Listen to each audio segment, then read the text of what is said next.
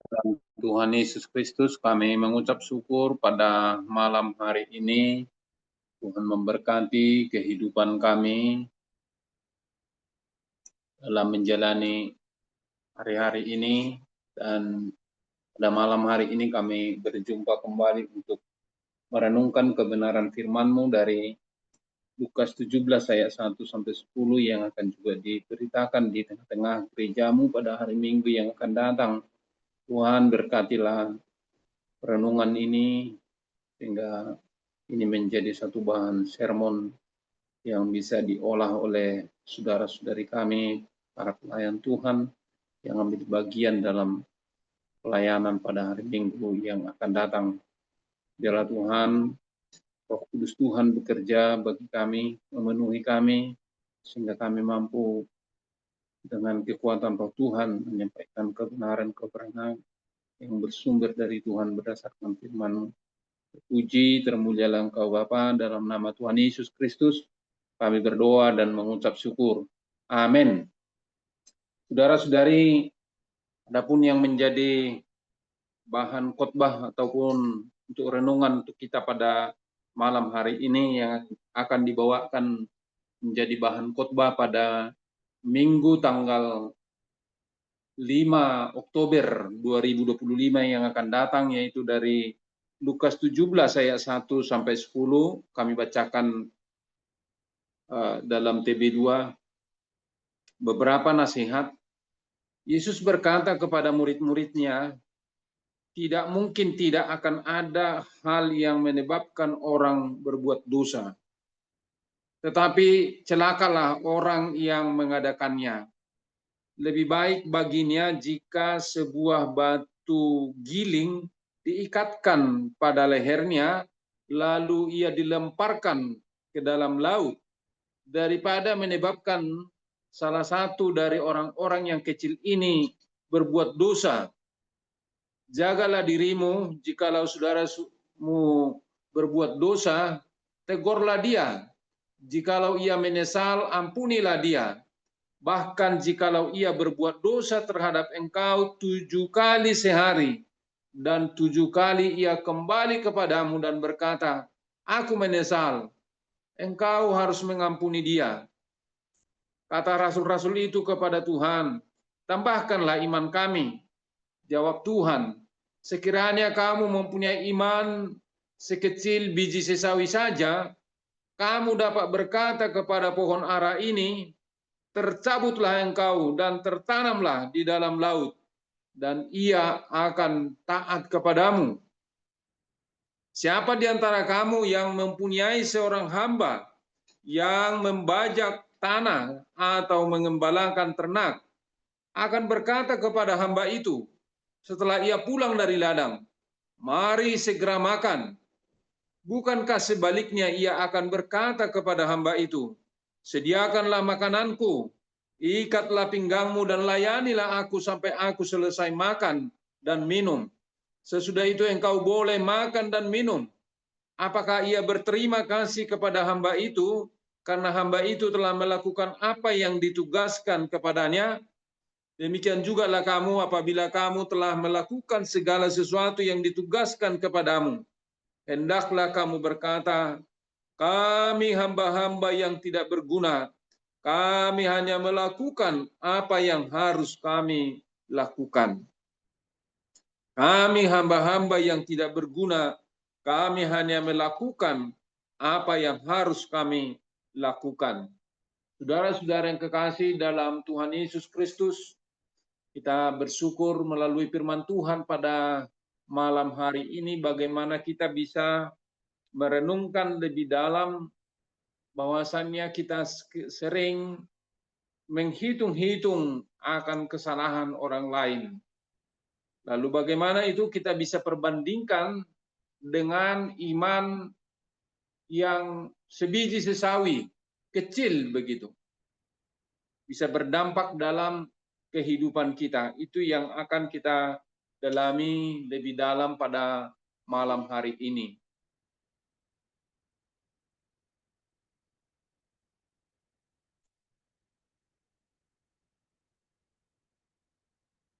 Saudara-saudari, bahwasannya kita bisa melihat dari judul ini bahwasannya kalkulator pengampunan dan PS iman sejati, iman sebiji sesawi, Lukas 17 ayat 1 sampai 10 ini, bagaimana kita bisa melihat perbandingan pada malam hari ini, kalkulator berarti penghitung dengan angka-angka begitu, dengan iman sebiji sesawi dalam kehidupan kita sebagai anak Tuhan. Jadi saudara-saudari, kecenderungan pola pikir kita adalah pola pikir kalkulatif, bahwasanya kecenderungan manusia dalam pengampunan. Jadi kebiasaan menghitung kesalahan, mencatat kesalahan orang lain dalam relasi yang amat dalam begitu dalam diri kita. Mengingat kesalahan masa lalu itu, maka pengampunan akan menjadi berat dan penuh syarat. Merasa ada batas sebelum seorang layak diampuni. Nah, itu maksudnya di sini pola pikir kalkulatif. Lalu kalau kita lihat tadi ayat 5 itu, yaitu tentang iman sebiji sesawi. Tambahkanlah iman kami. Di sini para murid merasa bahwasannya apa yang disampaikan Tuhan Yesus sebelumnya, bahwasannya jangan menghitung-hitung kesalahan orang lain, mereka sangat sulit untuk menerima itu karena mereka biasa dengan berpola pikir kalkulatif begitu. Menghitung-hitung kesalahan orang lain sehingga sulit untuk mengampuni. Mereka merasa iman mereka kurang secara kuantitatif begitu. Terjebak dalam pola pikir kalkulatif ataupun hitung-hitungan. Mengukur kapasitas moral mereka dan beratnya perintah untuk mengampuni. Nah, disitulah Tuhan Yesus mengatakan dalam ayat 5 tadi, kalau kamu memiliki iman sebiji sesawi gitu, jadi kecil, engkau berkata kepada pohon itu tercampaklah ke dalam laut, hal itu akan terjadi gitu. Tapi apakah harus seperti itu? Dengan beriman sebiji sesawi, nanti akan kita lihat lebih dalam apa maksudnya beriman sebiji sesawi itu. Saudara-saudari, dalam ayat 1 dan ayat 2 bahaya batu sandungan gitu. Yaitu peringatan keras dari Yesus kepada murid-muridnya itu. Dikatakan di situ tidak mungkin tidak ada hal yang menyebabkan orang berbuat dosa, tetapi celakalah orang yang mengadakannya. Jadi dalam ayat 1 itu tidak mungkin tidak akan ada hal yang menyebabkan orang berbuat dosa, tetapi celakalah orang yang mengadakannya. Di sini dikatakan lebih baik baginya jika sebuah batu giling diikatkan pada lehernya.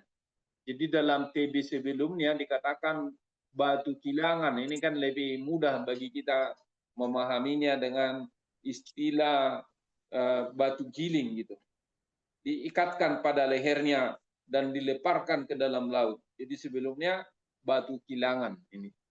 Jadi saudara-saudari, apa yang dikatakan dalam ayat 1 ini bahwasannya ada kata skandalon yang berarti secara harafiah ada perangkap, ada batu sandungan. Ibaratnya di jalan begitu disengaja dibuat batu supaya tersandung. Segala perbuatan-perbuatan yang menyebabkan orang lain jatuh ke dalam dosa menggoyahkan iman orang lain, apalagi terutama yang lemah begitu. Itu maksudnya di sini secara harafiah skandalon. Sesuatu perbuatan yang sengaja menyebabkan orang lain jatuh ke dalam dosa begitu. Dibuat perangkap. Dibuat pengganjal sehingga dia bisa jatuh ke dalam dosa. Di dalam firman Tuhan tadi dikatakan di situ bahwasanya menjaga anak-anak kecil. Anak-anak kecil yang belum tahu mungkin jalan, butuh pengarahan, butuh tuntunan. Mereka disebut adalah orang yang beriman yang masih lemah. Ketika mereka mengalami skandalon, ketika mereka mengalami perbuatan yang menyebabkan mereka jatuh, maka dikatakan di situ lebih baik ditenggelamkan dengan batu kilangan ataupun batu gilingan daripada menyesatkan orang lain.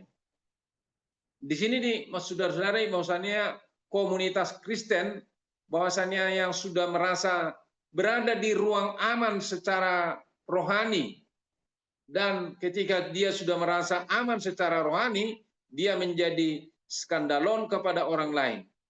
Maka hal-hal yang seperti itu bisa mengganjal akan pertumbuhan orang lain gitu. Maka di sini dituntut tanggung jawab dalam komunitas itu sekecil apapun harus bisa dilihat, jangan sampai menjadi perangkap ataupun menjadi batu sandungan bagi orang lain. Pentingnya membangun, bukan meruntuhkan iman sesama, membangun iman sesama begitu. Jadi sangat menarik saya mendengar diskusi-diskusi semalam dalam wawasan kebangsaan yang dibawakan oleh Pak Lukas Parayetno dalam kesaksian orang-orang yang hadir di dalamnya begitu, bagaimana bisa menjadi berkat bagi orang lain, bagaimana memperhatikan kepentingan-kepentingan orang lain. Jadi bukan menjadi perangkap ataupun menjadi batu sandungan bagi orang lain. Terutama kalau kita mendengar semalam itu yang dikaitkan dengan hal-hal pertanian begitu, bagaimana kebutuhan pertanian itu bisa menjadi berkat kepada orang lain. Ini saudara-saudari, bagaimana kita bisa membangun, bukan meruntuhkan iman sesama ini.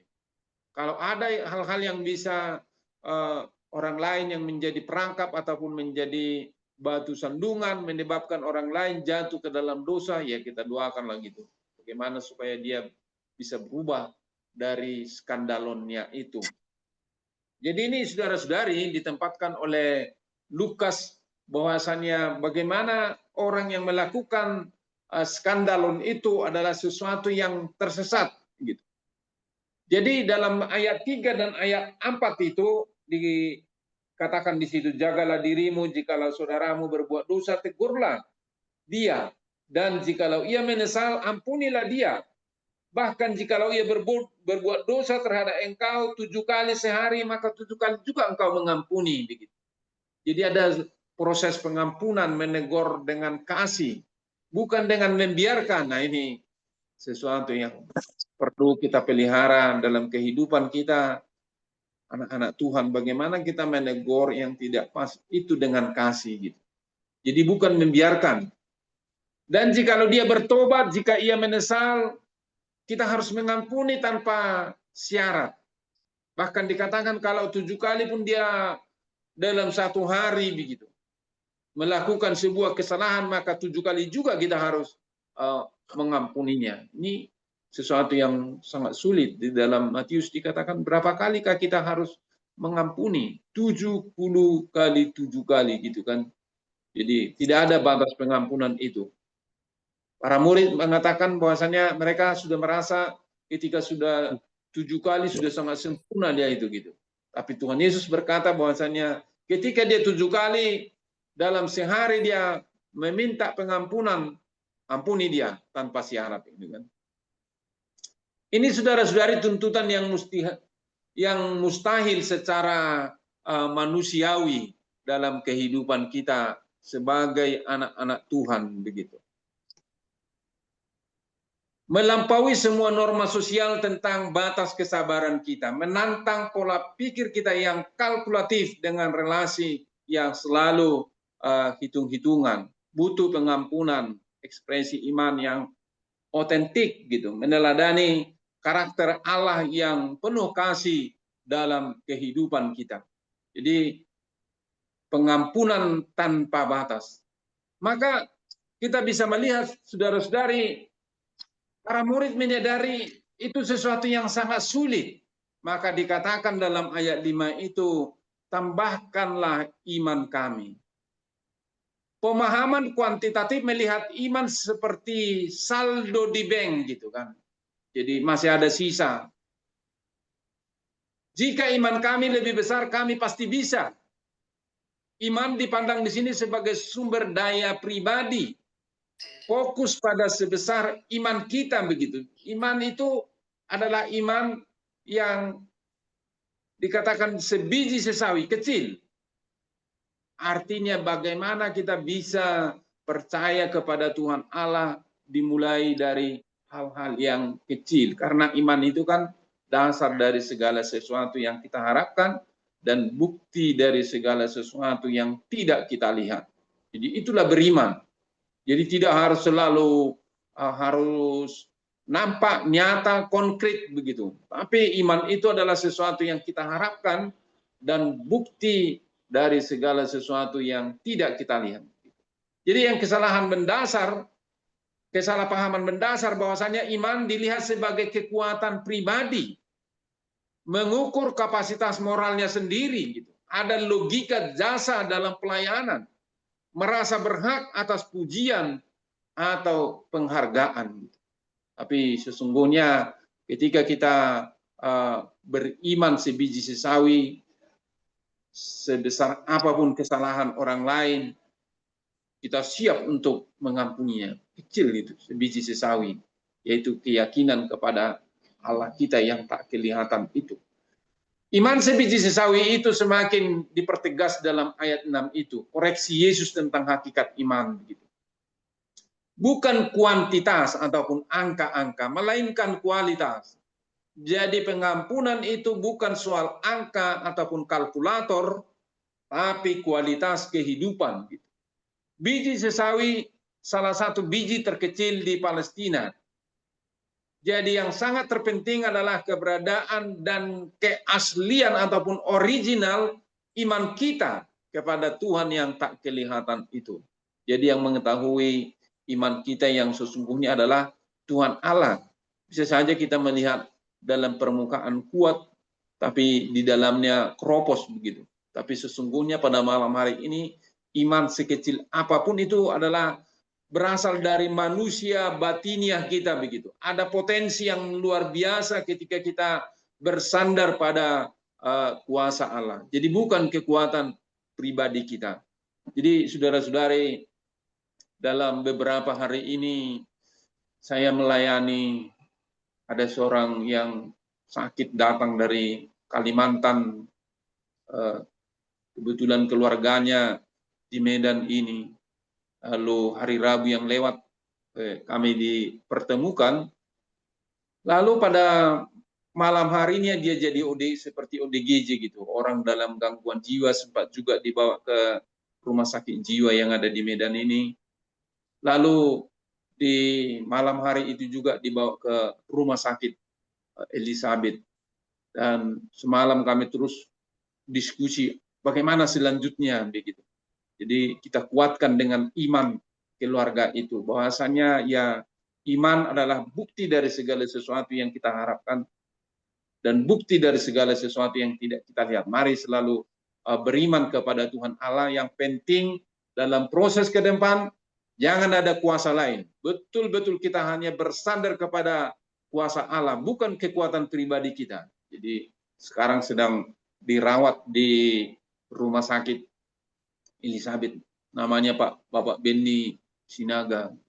Jadi saya pun sampai melakukan doa puasa gitu untuk hari ini, untuk pada Bapak itu dan juga untuk perjalanan studi saya, karena sangat sulit kita memahami akan kuasa Allah itu yang mau dinyatakan kepadanya. Biarlah setelah perjalanan waktu begitu nantinya bisa setelah dirawat di rumah sakit, bagaimana dia semakin kuat, semakin percaya kepada Tuhan Allah, dan saya berjanji akan mengunjunginya pada hari Senin yang akan datang.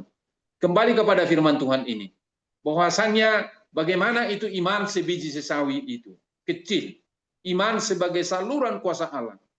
Bisa mencabut pohon aren dan menanamnya di laut. Maksudnya di sini saudara, bukan kita yang melakukan, tetapi Allah yang bekerja melalui kita.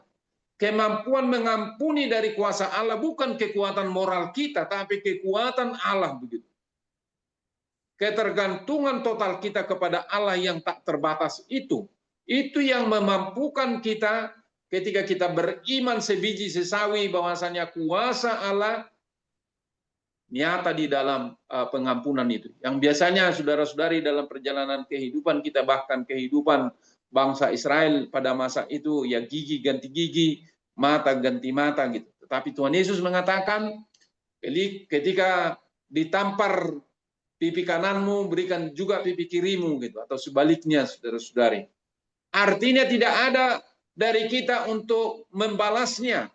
Kalau ada orang yang menyakiti kamu, mintalah berkat kepada mereka yang menganiaya kamu itu gitu.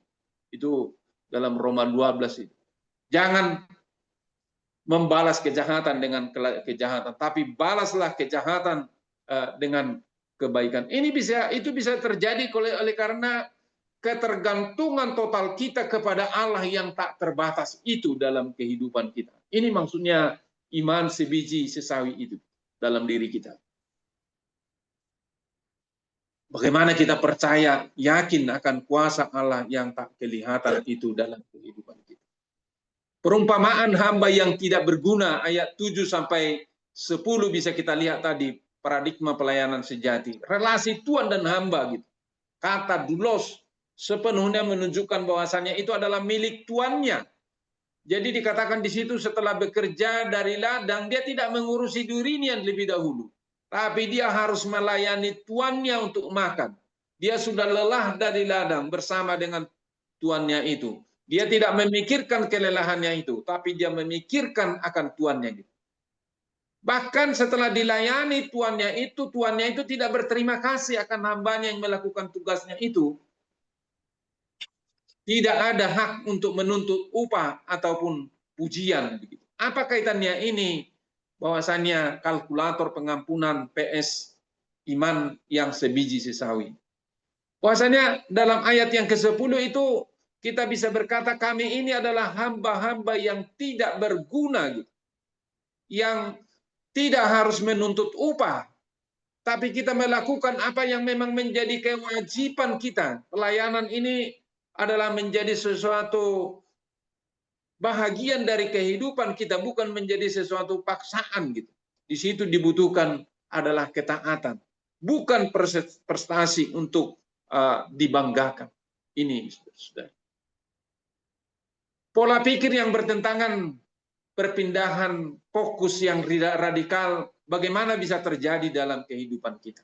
Mari kita lihat kalkulator pengampunan manusiawi kita. Yang sering kita menghitung dan mengukur kesalahan orang lain. Dan sangat sulit sekalipun kita sudah di dalam Kristus kita katakan, tapi ketika kita melihat mukanya, masih kita bisa teringat begitu akan kesalahan-kesalahan yang mungkin pernah terjadi. Tapi ketika kita sudah di dalam Kristus nantinya, kita tadi tidak lagi menghitung dan mengukur-ngukur kesalahan orang lain. Iman sebagai sumber daya yang dikumpulkan. Jadi ini iman kepada kehidupannya itu hanya sebagai sumber daya dalam rangka moralitas dia, dalam rangka kepribadian dia. Itu sesuatu yang kurang pas begitu. Pelayanan untuk mencari pengakuan. Jadi untuk mencari popularitas. Jadi kecil kita di apa ini di Kingdom Pemilih Indonesia ini tujuannya semata-mata kita bukan mau mencari popularitas ataupun mencari pengakuan orang lain, tapi dalam rangka untuk menunjukkan seperti hamba tadi gitu. Kami melakukan ini adalah oleh karena ketaatan kami kepada Allah yang tak kelihatan itu. Jadi maka tidak dibutuhkan oleh karena banyaknya kita, tetapi bagaimana kita bisa memiliki iman sebiji sesawi gitu. Sehingga tidak terjadi selalu kalkulator pengampunan dalam kehidupan kita, tapi ada sesuatu iman yang sekecil tapi terus kita bisa mengampuni tanpa batas. Kita terkadang merasa berhak atas pujian gitu. Fokus seberapa besar iman saya. Terkadang kita bisa mengatakan wah iman saya sudah kuat, tapi yang mau dituntut di sini iman sebiji sesawi. Bagaimana betul-betul totalitas untuk hidup dalam kerajaan Allah itu gitu. kebergantungan total kepada Allah yang tak kelihatan itu. Itu adalah iman. Itu menjadi saluran kuasa Allah dalam kehidupan kita. Pelayanan tanpa pamrih. Kita bersyukur bahwasannya pelayanan-pelayanan yang kita lakukan melalui Kingdom Indonesia ini adalah bukan untuk dihargai oleh manusia, tetapi semata-mata untuk bisa dilihat oleh Allah. Ini adalah praktek kerajaan Allah dengan iman sebiji sesawi. Di dalamnya ada kerendahan hatian, di dalamnya ada ketaatan, maka fokus kita kepada siapa saya beriman sesungguhnya. Ketika kita sudah sampai kepada siapa saya beriman, maka kita bisa berkata seperti ayat yang ke-10 tadi, saudara-saudari. Kami hamba-hamba yang tidak berguna, kami hanya melakukan apa yang harus kami lakukan. Semuanya hanya untuk dilihat oleh Tuhan Allah, bahwasanya kita sudah berada di dalam kerajaan Allah. Mari kita lihat ini. Dua pola pikir yang bertentangan. Bagaimana kita bisa berpindah dari perpindahan yang radikal dari manusiawi menjadi hidup di dalam kerajaan Allah. Kalkulator pengampunan dirubah menjadi iman sebiji sesawi. Bagaimana ini sudah dalam kehidupan gereja kita, dalam media sosial kita? Apakah kita mau mencari pencitraan, gitu, pelayanan untuk mendapat pengakuan, persaingan yang tidak sehat di gereja ataupun di tengah-tengah kehidupan masyarakat kita? Maka ketika hal seperti itu terjadi, akan terjadi krisis pengampunan. Konflik akan dibiarkan berlarut, gitu. Sulit memberi dan menerima pengampunan dalam kehidupan kita. Jadi mari dalam kehidupan media sosial kita dalam zaman yang kita hadapi saat ini, bukan tujuannya untuk pencitraan, tapi ketika butuh untuk pengampunan yang kita ampunin. Begitu. Menghindari konfrontasi ataupun membalas dendam, luka batin yang tidak terobati di dalam kehidupan kita sebagai anak-anak Tuhan. Jadi panggilan praktis ataupun bagaimana ini kita bisa membangun komunitas yang sehat. Jangan menjadi batu sandungan atau skandalon dalam persekutuan kita. Jagalah perkataan dan tindakan kita. Jadi harus sejalan antara perkataan dan tindakan kita.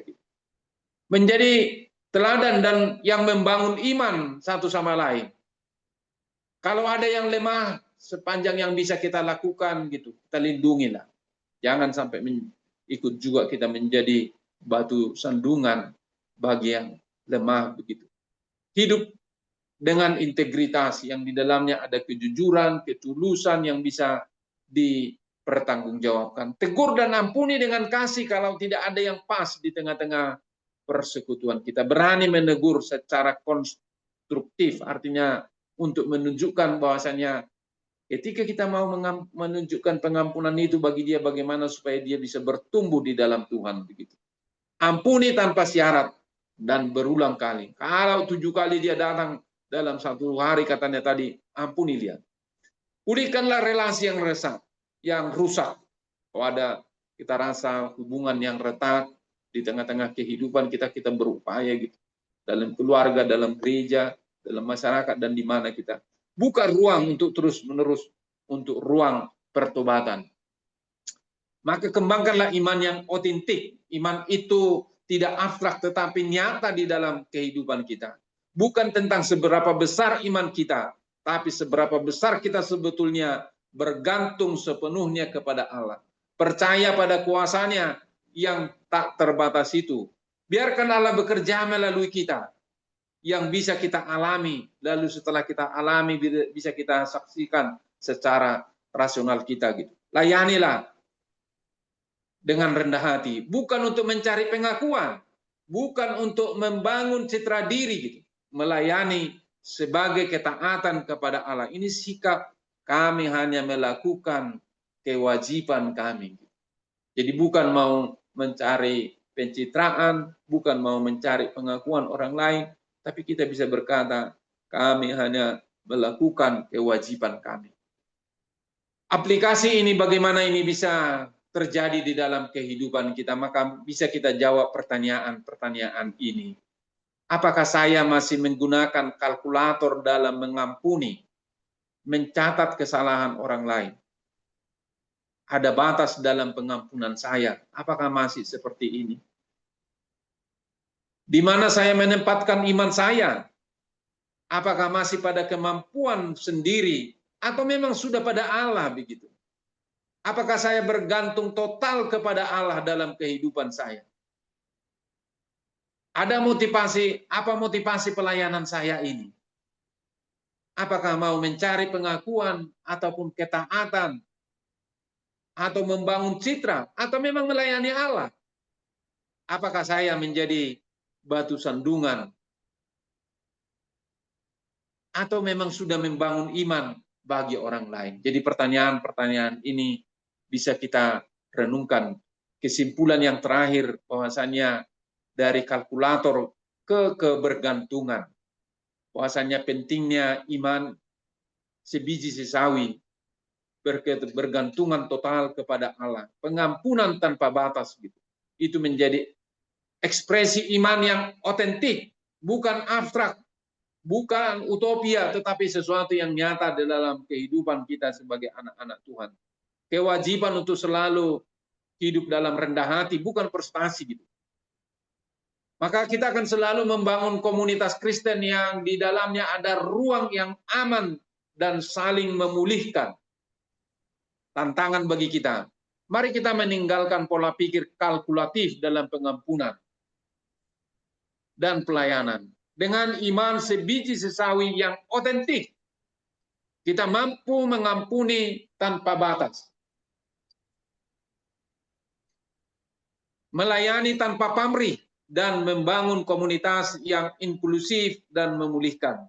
Perpindahan fokus dari seberapa besar iman saya kepada siapa saya beriman adalah kunci transformasi dalam kehidupan kita. Biarlah melalui kebenaran firman Tuhan dalam Lukas 17 ayat 1 sampai 10 ini kita semakin memahami apa itu kalkulator pengampunan dibandingkan dengan iman sebesar biji sesawi.